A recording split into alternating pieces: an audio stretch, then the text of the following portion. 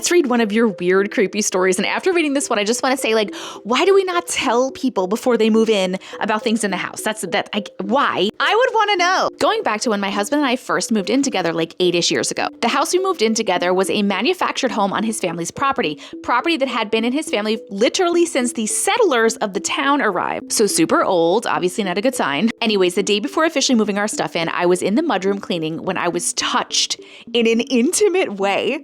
I jumped as it startled me because I thought I was alone and yelled jokingly at my husband, then boyfriend. But when I turned around, I was in fact alone. Sounds like an incubus. I walked through the house looking for him, but immediately freaked out and ran outside to find him cleaning up the driveway. I asked if he had come in at all, and when he said no, why, I told him what had happened. He immediately went pale and said, okay, we need to have a quick talk. This is what I'm talking about. Don't have someone move into a house or on some land that has some history without telling them. That's like so not cool. So this particular house was the house his mom lived in when he and his siblings were growing up. He told me through the years that some weird stuff happens sometimes. He told me of a story from his childhood that when he was about 5 or so, he and his mom were sitting in the living room facing the front door when a black shadow of a man walked out of the hallway, stopped at the front door, looked back at them, and then walked out the door. When people say that like an entity or a being is like walking out the door, I wonder if they mean through the door. Like that's what I'm assuming. I'm assuming that it didn't open the door and like walk out the door, that it literally like went through the door. His mom confirmed at the time that she saw it too when he got her attention for the occurrence. Chills down my spine. I've already figured out at this point that I'm sensitive to this kind of stuff, so I immediately thought my time living at this house was going to be a nightmare. Fast forward about a year and my fiance, now husband, had to leave to another city for a boot camp like academy for his new job. I couldn't go with as I had to work and couldn't afford lodging elsewhere. Being alone at night was hard, a lot. I would often sense being watched, go out on the back porch to smoke a cigarette, and see figures walking around that wore very old-timey clothes, like pioneer kind of farmer styles. These figures never approached though, and I was learning to just accept their presence. One night I was watching TV in the living room when I saw from the corner of my eye a shadow crawl from the hallway fast towards the door. Okay, now that's really scary, seeing something crawling like really fast. No, thank you. Immediately terrified, I called my bestie and told her what happened and ended up going to stay with her that night.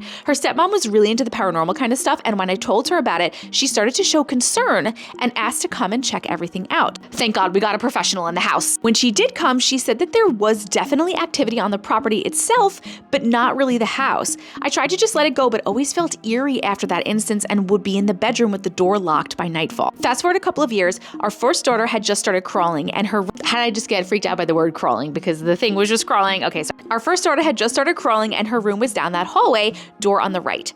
The house only had 2 bedrooms, so we made do. I was playing like crazy with her one day and crawled out of that bedroom, down the hallway, and turned towards the front door to hide as we played. She loved this game. Well, it clicked that this crawling speed resembled that crawling shadow I had seen before, and I immediately felt a full circle kind of feeling. Like, was that shadow I saw that night me in the future? I did not even think of that. That's actually a really cool thought. I told my husband, my bestie, and her stepmom about it, and they all agreed, wow, that may actually be it, and no other occurrences happened to me after that. About a year later, we were packing up to move into our first home we bought together. My husband had just finished zipping up the trailer and decided to take one last look through the house to make sure that we got everything. When he got back to the car, he was speechless.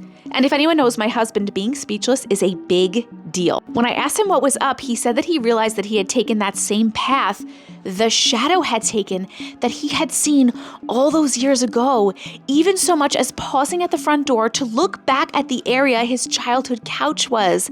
Silence. Chills, both of us in complete shock. Doing research on the property years later, I found some theories that say that mineral springs, which were directly through and beneath the property, could cause higher activity. Don't quote me or ask me to show references because this was something I came across so many years ago now. What do you think? Well, my immediate first thought was that you had some ghost spirits in the house, but if that person, your friend's mom or whatever, came and said that she definitely sensed some stuff on the property but nothing in the actual house, and then the 2 instances that you are thinking of, that you and your husband were thinking of, actually happened by you later, maybe that's what it was. Like maybe you were seeing like a shadow of you from the future doing that action. We have seen this before because, you know, time is not linear and dimensions and times and all the shit overlaps. So I think that's a cool theory. I'm going to go with that. Let me know what you guys think in the comments. And thank you so much for sharing your story.